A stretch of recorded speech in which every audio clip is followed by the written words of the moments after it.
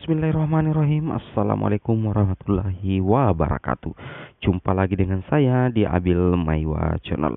Jadi teman-teman, channel ini merupakan channel pendidikan tempat kita berbagi tentang aplikasi pendidikan, Microsoft Office, serta tips dan triks komputer.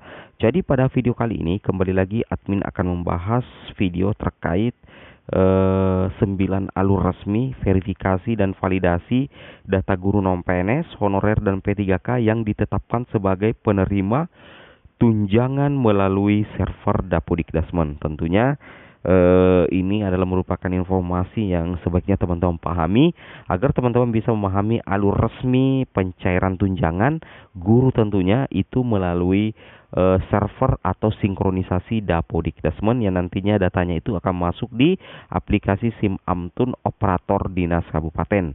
Seperti itu teman-teman ya. Oke, tanpa berbasa-basi lagi kita langsung saja ke videonya. Jadi di sini tahapan pertama atau alur pertama proses verifikasi dan validasi data tunjangan untuk guru non PNS.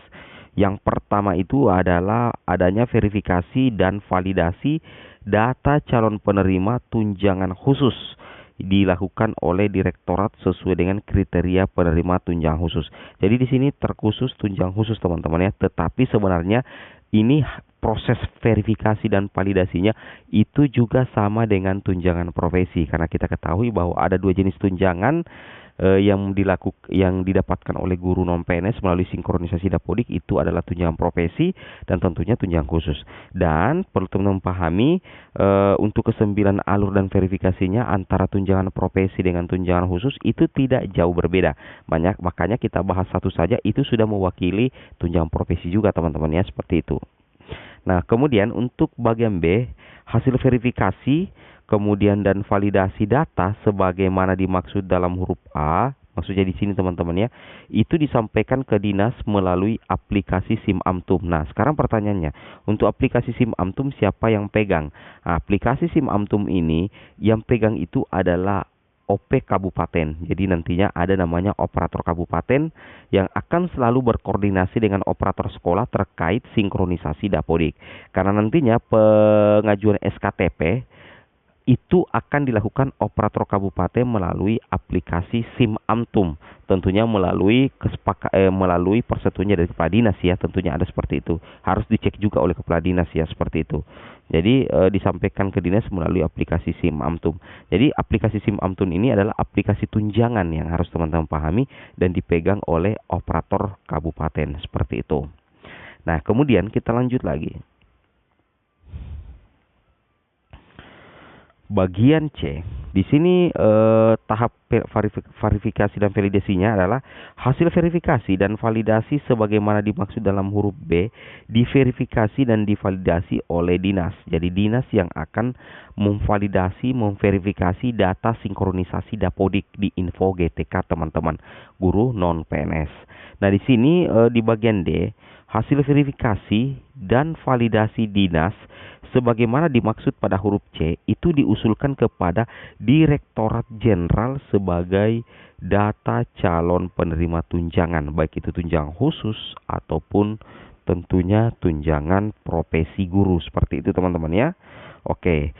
Jadi nantinya teman-teman perlu pahami juga untuk poin D ini bahwasanya hasil verifikasinya teman-teman dengan validasi di dinas itu nantinya akan di-store ke Direktorat Jenderal sebagai data. Nah, inilah datanya nantilah yang akan menjadi data awal atau data patokan untuk teman-teman menerima tunjangan khusus ataupun tunjangan profesi guru nantinya.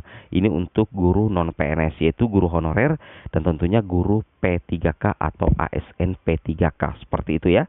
Nah, dan ini juga berlaku untuk guru yang berstatus PNS, seperti itu teman-teman ya. Oke, kita lanjut lagi.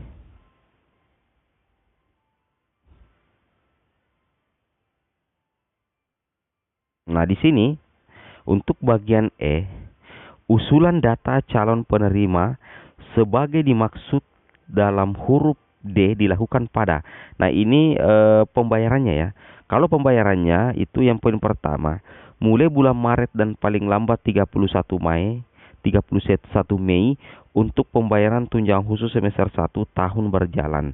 Dan yang poin kedua, mulai bulan September paling lambat 31 Oktober untuk pembayaran tunjangan khusus semester 2 tahun berjalan. Ini juga hampir sama dengan tunjangan profesi. Kalau tunjangan profesi itu Maret ya, Januari, Maret, April, Mei, Juni. Sedangkan yang kedua Juli, Agustus, September, Oktober, November, Desember. Seperti itu ya. Jadi ada dua di situ, masing-masing cair 2 triwulan ya per tahapnya. Seperti itu ya. Per semesternya itu cair 2 triwulan. Misalkan semester 1 cair triwulan pertama dan triwulan kedua. Semester kedua cair triwulan ketiga dan triwulan keempat untuk tunjangan profesi guru. Seperti itu ya. Dan ini juga sama ya. Sama untuk data calon penerima tunjangan khusus maksudnya teman-teman ya, seperti itu.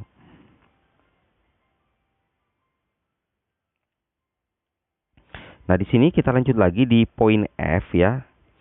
Poin F, dalam hal dinas tidak mengusulkan calon penerima tunjangan khusus. Nah, ini juga cocok untuk tunjangan profesi sesuai dengan ketentuan usulan sebagaimana dimaksud dalam huruf E.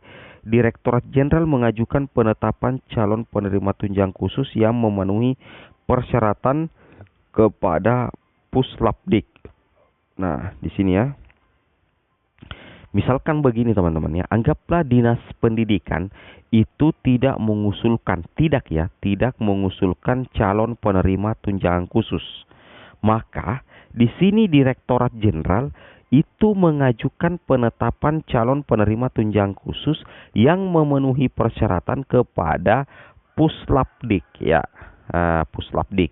Seperti itu ya. Jadi tidak lagi mengajukan kepada dinas, tetapi langsung ke Puslapdik jika dinas tidak mengusulkan calon penerima tunjangan khusus. Seperti itu teman-teman ya.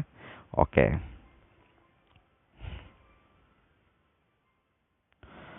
Kemudian yang di poin G, di sini teman-teman bisa cek ya, di poin G, dinas yang menolak pemberian tunjangan khusus harus menyampaikan surat penolakan yang ditandatangani oleh kepala daerah kepada Menteri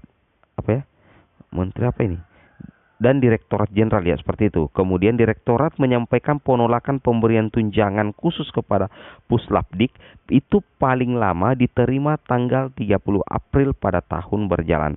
Jadi jika seandainya ya Dinas Pendidikan itu menolak pemberian tunjangan khusus, maka harus menyampaikan surat penolakan yang ditandatangani oleh kepala daerah kepada Direktorat Jenderal. Nanti setelah Direktorat Jenderal menerima surat penolakan dari dinas yang ditandatangani oleh kepala daerah, maka surat penolakan itu akan disampaikan kepada Puslapdik itu paling lama diterima tanggal 30 April pada tahun berjalan. Seperti itu teman-teman ya. Nah, seperti inilah alur tahap verifikasi dan validasi dana tunjangan profesi dan dana tunjangan tentunya untuk tunjangan khusus teman-teman guru non PNS berdasarkan aturan resmi. Semoga videonya ini ada manfaat walaupun sedikit. Wabillahi taufiq wal hidayat. Assalamualaikum warahmatullahi wabarakatuh.